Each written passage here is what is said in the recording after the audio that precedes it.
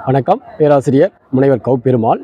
இன்று ஒரு சிறந்த திட்டமிடுதல் பற்றி பேச வருகிறேன்.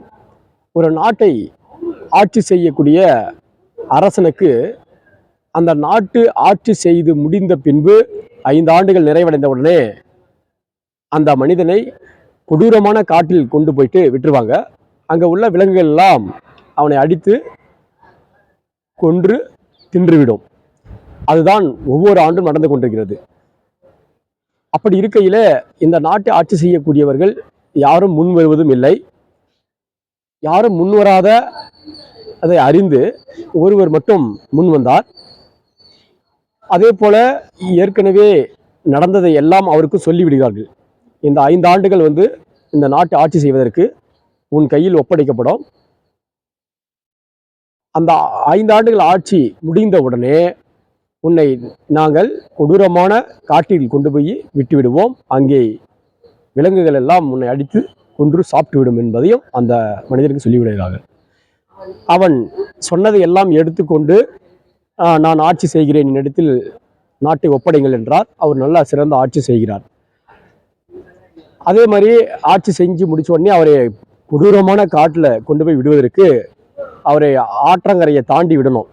இந்த பர்சலில் கூட்டிட்டு போவாங்க. கூட்டிட்டு போகும்போது அவர்கிட்ட அந்த படகோட்டி கேட்குறாரு, எல்லாரும் ஆட்சி செஞ்சு முடிச்சுட்டு இந்த காட்டுக்கு கொண்டு போய் விடும்போது நான் தான் கொண்டு போய் விடுவோம். போகும்போது அழுது கொண்டே போவாங்க. ஆனால் நீங்கள் என்னென்னா சிரித்து கொண்டு மகிழ்ச்சியோடு நீங்கள் சென்று கொண்டிருக்கிறீங்க, எனக்கு ஒன்றுமே புரியல, என்னன்னு சொல்லுங்க அப்படின்ற போது, உண்மைதான், நான் இந்த 5 ஆண்டுகள் ஆட்சி செய்யக்கூடிய காலத்தில் முதல் ஆண்டில் நான் செய்தது சிறப்பு என்னவென்றால், எந்த காட்டில் கொண்டு போய் விடுவார்கள் என்பதை அறிந்து கொண்டு அந்த காட்டை திருத்தி அந்த காட்டில் வீடுகளெல்லாம் அமைத்து மக்களை குடியேற செய்தேன். 2வது ஆட்சி காலத்தில் அங்கே நீர்நிலைகள் எல்லாம் அமைத்தேன்.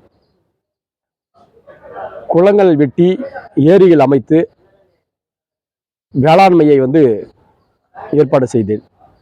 3ஆம் ஆண்டு ஆட்சி காலத்தில் அங்கே தேவையான அத்தியாவசிய மின்சாரங்கள், இது போன்ற கணினி சார்ந்த அனைத்து அறிவியல் சாதனங்களையும் நான் உருவாக்கினேன். அடுத்த 4ஆம் ஆண்டு ஆட்சி காலத்தில் அங்கே போக்குவரத்துக்கு செல்வதற்கான சாலைகளையும் வாகனங்கள் சென்று வருவதற்கான அனைத்து வசதிகளையும் செய்தேன். 5ஆம் ஆண்டு ஆட்சி காலத்தில் நான் இப்போது இங்கே இந்த நாட்டை எப்படி சிறப்பாக ஆட்சி செய்தேனோ அதே போன்று அங்கே ஒரு அரசனாக ஆட்சி செய்வதற்காக நான் சென்று கொண்டிருக்கிறேன். ஆகவே இந்த 5 ஆண்டு ஆட்சி காலத்தில் நான் திட்டமிட்டு செயல்பட்டேன். ஆகவே இந்த நாட்டிற்கும் நான் அரசனாகவே சென்று கொண்டிருக்கிறேன் என்று மிக அழகாக பதிவு செய்தார். அதனால் நாம் என்ன குறிக்கோள்கள், என்ன திட்டமிடுதல் என்பதை முன்கூட்டியே சிந்தித்து செயல்படுவதுதான் சிறந்த ஒரு செயலாக அமையும் என்பதை இந்த கதையின் மூலம் நாம் அறிந்து கொள்கிறோம். நன்றி, வணக்கம்.